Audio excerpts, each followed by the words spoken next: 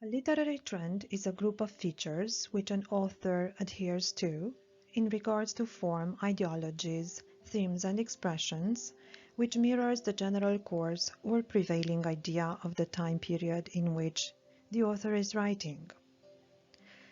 The first significant event in the development of British literature was the age of the Renaissance. The literary trend that developed in this period was humanism. It meant a shift of focus from God, central to the Middle Age ideology, to man. The second important period in British literature was the Enlightenment. A literary trend, the Enlightenment was also known as the Age of Reason. The next important event in the development of British literature was the French Revolution. The literary trend that characterized the period was Romanticism, which meant the triumph of imagination over reason. The Victorian Age was the age of realism and of the English novel, and it manifested from the 19th to the 20th century. The First World War meant the development of an intensified form of realism, namely naturalism. It is a literary trend that depicts a grim reality. The interwar period meant the development of modernism. This was synonymous to a reinterpretation of reality influenced by Einstein, Freud, and Marx. The post-war period, or the contemporary period, is shaped by the coexistence of modernism and postmodernism, reflecting the diversity of modern existence.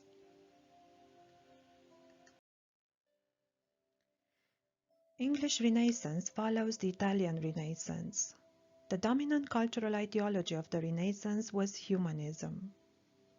Humanism was characterized by the revival of interest in classical literature, Greek and Latin, the shift of focus from God, central to the Middle Age ideology, to man, and the growing interest in local culture. Shakespeare is considered to be the greatest writer in the English language and the world's greatest dramatist. His plays are masterpieces of psychological realism and depth in drama. His characters are believable and show the rich diversity of humanity. They are not driven by religious motivations, but by humanistic ones. Shakespeare was influenced by classical and Renaissance ideas about the importance of reason and human individualism. His plays are infused with folklore-inspired supernatural elements. His style is ornate and lyrical. When analyzing Shakespeare's work, look for metaphors, similes, and puns. The Enlightenment period is known as the Age of Reason, when the extravagance of the Renaissance is replaced by Puritan pragmatism and morality. Scientific and social revolutions lead to research and innovation and the development of mathematics, physics, medicine, and astronomy. Philosophers like Hobbes, Descartes, and Locke spread the idea that reason is the key to understanding the world. There is a desire for order, clarity, and stability. Jonathan Swift was an Irish-born writer from English parents. He wrote satires on political and religious corruption surrounding him. His works were written in the context of political and religious fighting in England. He radicalized the traits of the Enlightenment and treated them ironically. Swift said that he wrote not to divert the world, but to vex it. On the other hand, Daniel Defoe makes the transition from the Enlightenment to realism during the Augustan Age.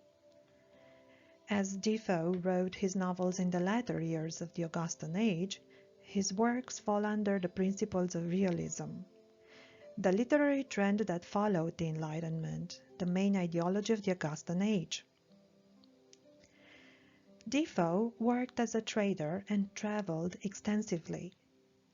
His novels are presented as memoirs or autobiographies in order to convince Puritan readers that they are true. Puritans had an aversion to fiction which was considered a form of lying. Defoe's novels are narrated in the first person. The setting is contemporary to the author and realistic. The protagonist is presented in a chronological series of episodes which represent the basis of the plot. The main character overcomes misfortune through self-reliance, hard work, and belief in God. His prose style is plain but effective. Romanticism is the consequence of the French Revolution. It is regarded as a reaction against the scientific and rational age of the Enlightenment and against classicism. Romanticism is the triumph of imagination, spontaneity, originality, and emotional self-expression over order, restraint, and objectivity. The British Romanticism Manifesto is represented by the preface to Lyrical Ballads by William Wordsworth and Samuel Coleridge. Some literary themes favored by the Romantics are nature, imagination, love, childhood, and the past.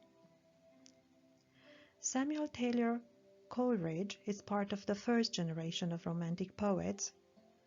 He took a radical position during the French Revolution and inaugurated the Romantic era in English poetry. He is considered the poet of imagination, exploring the relationship between nature and the mind.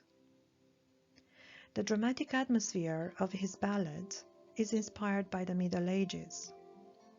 He uses mystery and supernatural elements in his poems. John Keats, on the other hand, belongs to the second generation of Romantic poets.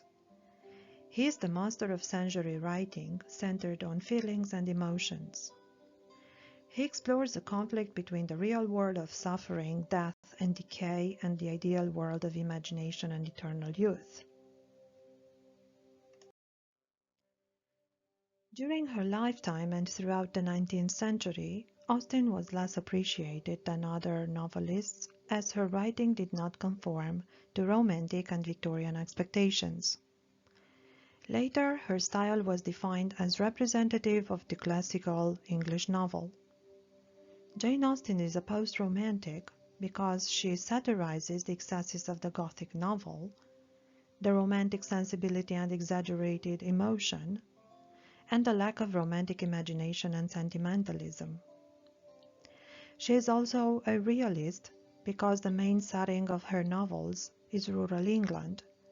One of the themes is the relationship between individuals and families belonging to the middle and upper classes, with their worries and problems, and the traditional values of the middle and upper classes, money, marriage, and property, are frequently mentioned in her novels.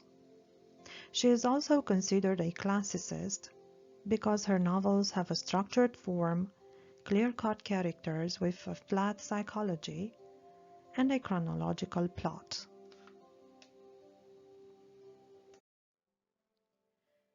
Throughout the Victorian age, two main literary trends developed. Actually, one was followed by the other. While realism developed in the beginning, naturalism, which was an intensified form of realism, developed towards the end of the Victorian age. Alongside realism and naturalism, the Victorian age meant the emergence and development of children's books. This was a social consequence because Victorians became interested in education and tried to enhance it and wake up children's interest for books. The majority of the Victorian children's books were moralizing and set on educating and guiding children into becoming productive and virtuous citizens. Through Lewis Carroll, children's literature became anti-Victorian, celebrating children's imagination, innocence, and enjoyment of pure pleasures. In Lewis Carroll's books, civilization is seen as corrupt, children are seen as superior to adults. He is ironic towards the moralizing children's books. He praises innocence, originality, wit, and imagination. His books constitute the basis from which fantasy literature stems later. The three representative writers of the Victorian age are Charles Dickens, Lewis Carroll, and Thomas Hardy. Each of them depicts a different direction. While Dickens is fundamentally a realistic writer, Hardy uses both realistic and naturalistic elements in his books. Lewis Carroll is representative for children's books, especially anti-Victorian children's books. Charles Dickens had an unhappy childhood, and he used his experience in his novels. As he grew older, his mood became darker, because he could not forget his traumatic childhood and could not tolerate the injustice of the social system. The realism of Dickens's novels lies in the depiction of the cruel life of poor children in workhouses and orphanages, the injustices of the legal system, and the ruthless materialism of the industrial age. Thomas Hardy's novels are marked by naturalism.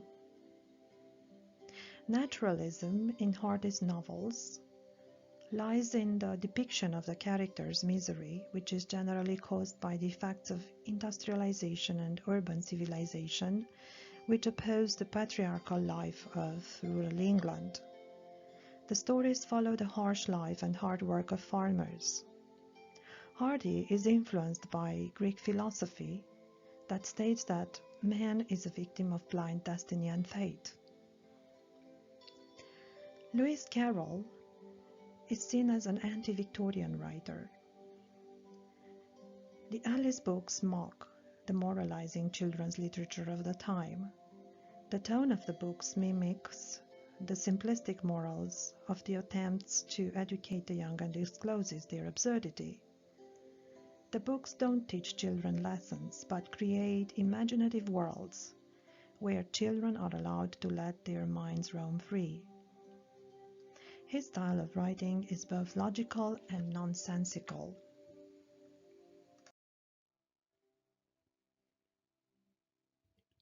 Henry James is a key novelist in making the transition between literary realism and literary modernism. There are three periods in James's prose. In his early years, he wrote short prose marked by realism. In his middle years, he wrote novels marked by psychological realism, while in his later years, he experimented with novels marked by modernism. The realism of James's novels lies in his depiction of a class of people who can devote themselves to the refinements of life. In this respect, he is a master of narrative perspective. The pre-modernism of James's novels lies in his opaque narrative, in the negotiations of everyday social relations, and in the uncertainty of consciousness. Joseph Conrad was born in the Ukraine in a Polish family. He worked in the merchant marine and became a captain. The realism of Conrad's novels lies in the realism of the human experience, in the contemplation and depiction of reality, in the fact that he uses anti-heroic characters, which is an influence of Romanticism, in his vivid descriptions of exotic places, which is also an influence of Romanticism, and in the fact that the characters are inspired by real people he met. Conrad is also a modernist.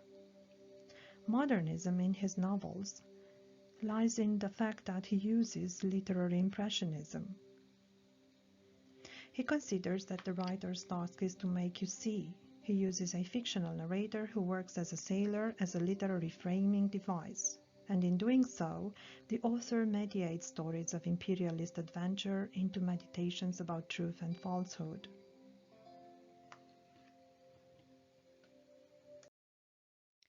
Modernism is a reaction against realism and naturalism, which aimed at representing reality as we see it. Modernism is influenced by Einstein's theory of relativity, Freud's psychological studies, and Marx's political theories. The modernist novel is non-chronological, experimenting with the representation of time, using temporal juxtapositions or sudden jumps. The modernist narration moves from one level of narration to another without warning, thus breaking narrative frames. The modernist narration focuses on the inner world of the characters. Thus, the plot becomes less important than the character's consciousness, unconsciousness, memory, and perception. Virginia Woolf is a master of the stream of consciousness narrative technique. She was influenced by post-impressionism, by which human character is depicted in a new way. She opposed Victorian traditions and social rules. She expressed revolt at the limitation of women's rights, and she depicts inequality in marriage. James Joyce also used the stream of consciousness narrative technique. She experimented also with free indirect discourse and parodies of the stylistic evolution of the English language. He presents personal reinterpretations of myth and history in his work. His narrative is labyrinthic and highly complex in form. Modernism was also manifested in poetry and drama. In poetry, modernism relied on disrupted syntax, on the use of free verse, on images and symbols, on the use of deliberately difficult style, on the use of imagistic content and allusion.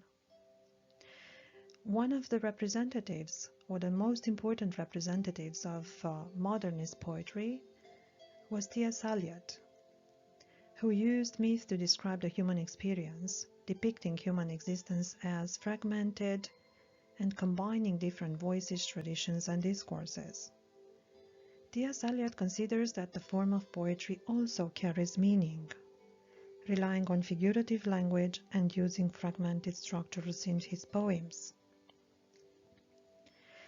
One of his favorite themes, is the exhaustion and cultural crisis in the aftermath of First World War. On the other hand, modernist drama took inspiration from Expressionism. It relied on the exaggeration and distortion of objective features of the outer world and on the direct expressions of thoughts and emotions. Also, on the use of symbolism and dreamlike elements. The main representative of modernist drama was George Bernard Shaw. He introduced the theatre of ideas in British literature. One of the major themes that he uses in his plays is hypocrisy.